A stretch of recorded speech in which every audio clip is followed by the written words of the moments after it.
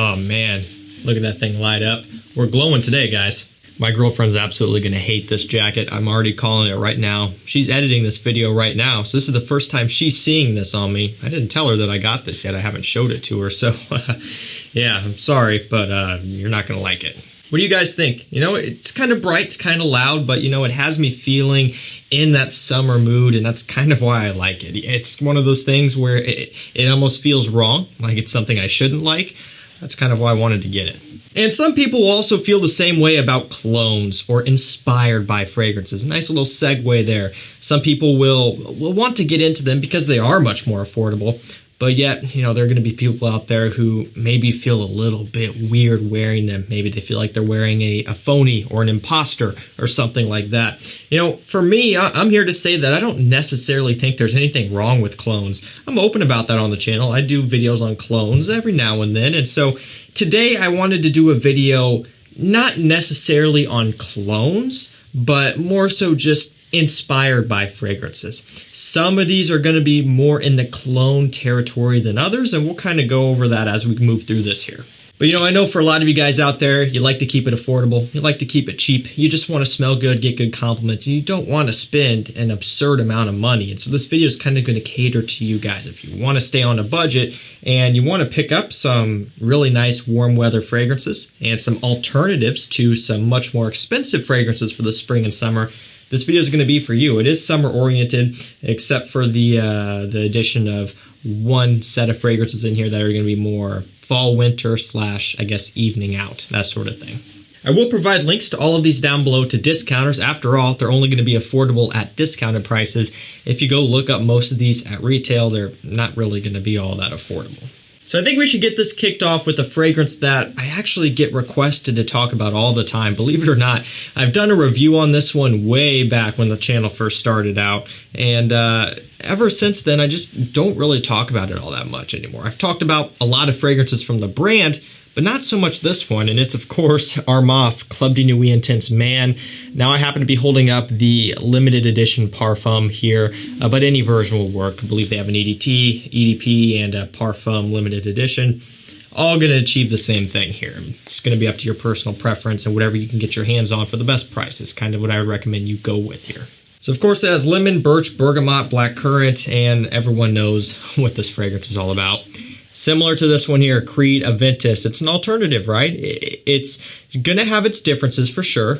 It's not even wanting to focus. It's going to have its differences for sure, but also it still has a shocking amount of similarities here. So if you want Aventus on a budget, this is one direction that you could go in. Now there's other directions. There's Mont Blanc Explorer. There's also something like Mercedes-Benz Select, the original Select. That's a fantastic Creed Aventus alternative, clone, whatever you want to call it. And if you want to spend more money than all of this, you could go with some of the Parfums vintage fragrances, right? So there are options out there for you. And realistically, all of them are going to work well for you, okay? But I wanted to feature this one because a lot of you guys wanted to see me kind of bring it up and talk about it. If you can score any version of Club de Nuit Intense Man for a good price, then it is a good pickup. All right, next up, we have a fragrance that I absolutely love. It's Hugo Boss Reversed. We've got grapefruit, bergamot, rosemary, vetiver. So this one here completely exceeded my expectations when I first got it on a blind buy. It was relatively new when I first discovered it. And I remember just being so thoroughly impressed. And even now to this day, I smell this one. I'm like, wow, like this is impressive stuff. It's really, really good. When you compare this to all of the other Hugo Boss fragrances with the canteen style bottle, so Boss Iced, the original, all of those ones, you guys know what I'm talking about, this type of bottle. I think this one has the best quality, and I think it brings the most to the table. A lot of those are great, but they're very fresh, very light, not always the best performing, and maybe a bit boring. But I think this one really, really hammers it home and does something nice. And to me, it has a similarity to Roja Parfums Elysium. So not one-to-one clone, and this is an instance here where I want to exercise this and say that they are not clones. So like I was saying in the beginning, more so inspired by. Do I think that the creative directors over at Hugo Boss maybe borrowed some ideas and maybe tried to do a similar thing to Elysium? I would think so, or maybe they were oblivious to it, but that's kind of what they created anyway. there is a similarity. You know, it's vetiver heavy, it's fruity, it's aromatic, right? There's an ambroxan twist in both of these, in ambergris, quote unquote, in the Roja, but it's kind of a similar thing going on here. So, you know, for me, definitely inspired by, but not a one-to-one clone or replica. If you're after that, look elsewhere. But if you want something kind of touching on that DNA just a little bit, this one here is amazing, and it's only about $30. We're going to knock out that fall winter time scent or the evening out scent next. This one is Bvlgari Man In Black. So we've got rum, tobacco, and spices as some of the main notes. And it smells very, very similar to an all-time bestseller, Viktor and Rolf Spice Bomb right here. What I like about the Bvlgari is it's more mature and it has a boozy take. I've talked about this one a lot on the channel, both of them actually, but you know, some would say it's redundant. I personally think that it's not really. All right, if I want to be playful and just kind of laid back and just have kind of a youthful smelling fragrance for a fun casual event or party or something in the fall and winter time, I'll go Spice Bomb. But if I'm going to be dressed in black and I'm going to be, you know, going to an event that is upscale, classy, and I want to present myself in a professional way, I would gravitate more towards something like Bvlgari Man In Black. It's literally in the name. This smells like a well-dressed, well-groomed, well-kept, you know, successful gentleman who's dressed up for the night and he's going and doing whatever it is that he's going and doing, right? It could be dressed down, it could be casual, but for me, when I smell it, it just has such a classiness about it. Love the bottle, love the smell, love the name. I love this stuff, and I think you should have it. So let's go over to a cheapie next. We have Perry Ellis Aqua Extreme, one that I've recently added to the collection. I'm a big fan of this one. I really like it. I'm impressed by it. Perry Ellis, definitely a cheapie brand. They have a lot of stuff that's in the more affordable side. One of their main fragrances that could have been in this video but has been very much overdone is Perry Ellis 360 Red. It's kind of like a spicy cinnamon take of Aqua de Jo, right? You guys all know that one.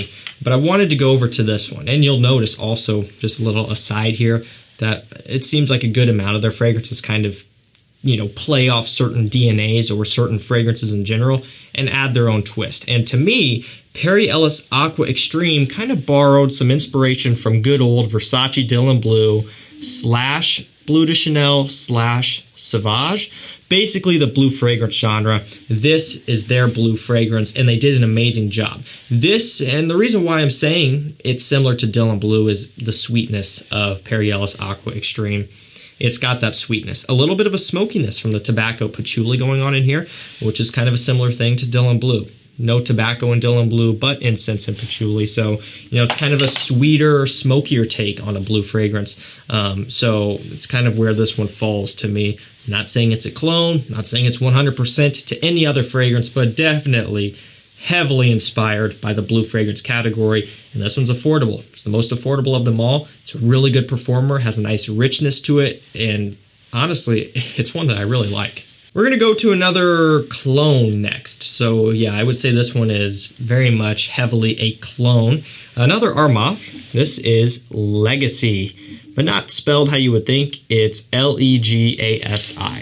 So of course this one is shockingly similar, undeniably similar to Platinum Egoiste by Chanel. Like, as soon as I smelled the Armaf, I knew right away, yep, that's Platinum Egoiste. I didn't even have to think about it. I didn't even have to go back for another smell and be like, oh, is it though? Like, I knew right away.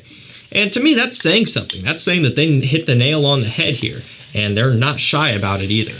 So, of course, it's going to have lavender, it's going to have geranium, a bunch of aromatics. You know, it's an aromatic fougere, but with a modernized kind of updated twist. I really love Chanel Platinum Egoiste, and I really love the Armaf for the price point. Much more affordable. The bottle is pretty cool. I would show you the bottle in action, but mine is completely broken. Don't remember how it happened.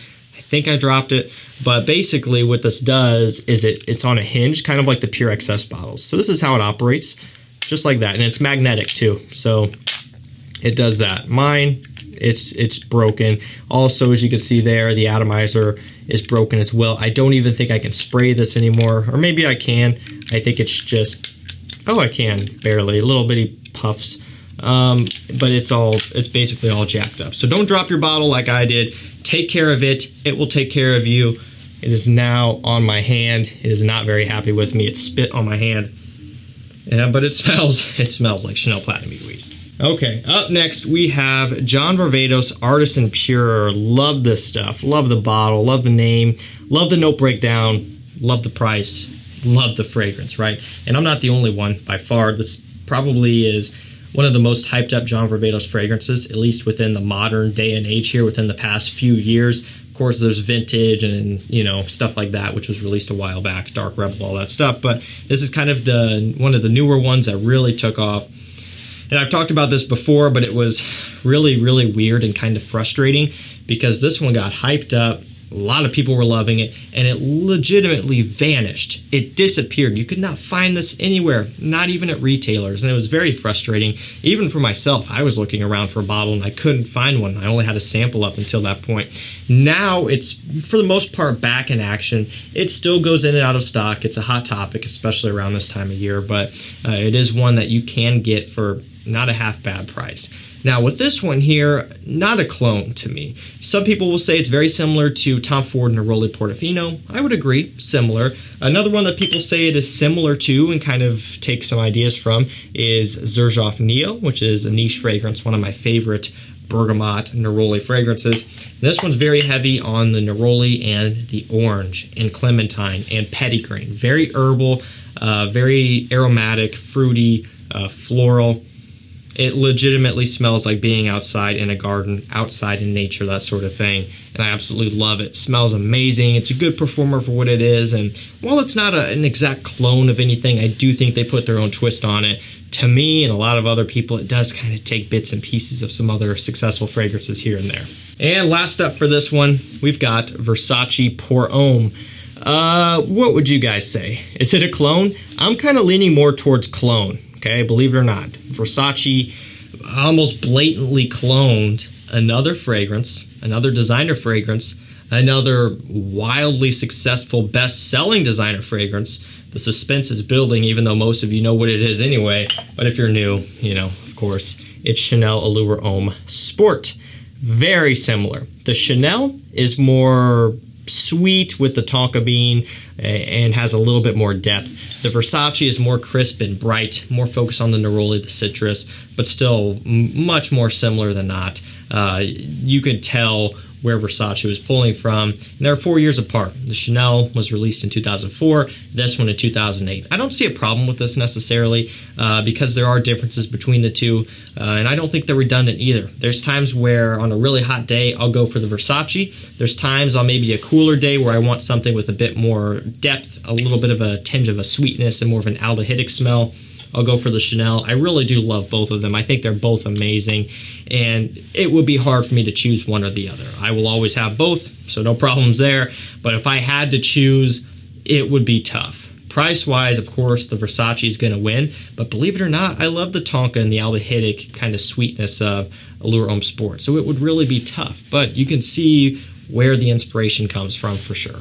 Alrighty guys, that's going to do it for me. That is 7 inspired by men's fragrances that I think you guys should own or at least look into. If you're wanting to save some money this year for spring, for summer, and one of these here for fall and winter or just evenings, check these out for sure. Love them. Even though I've got all of the niche versions of these or all of the more expensive versions, the original ones of all of these here, I'm still glad that I have these alternatives, you know. Hugo Boss Reverse, Perry Ellis Aqua Extreme, John Varvatos Artisan Pure, Versace Pour Homme, Bvlgari Man In Black. I'm glad I have them, and that's saying something, right? I have so many different things. A lot of things I have are redundant, but to me, these aren't. I will provide links down below. That's going to do it for me. Thank you so much for watching. Stay safe, stay healthy. I'll see you tomorrow with another one. Take care.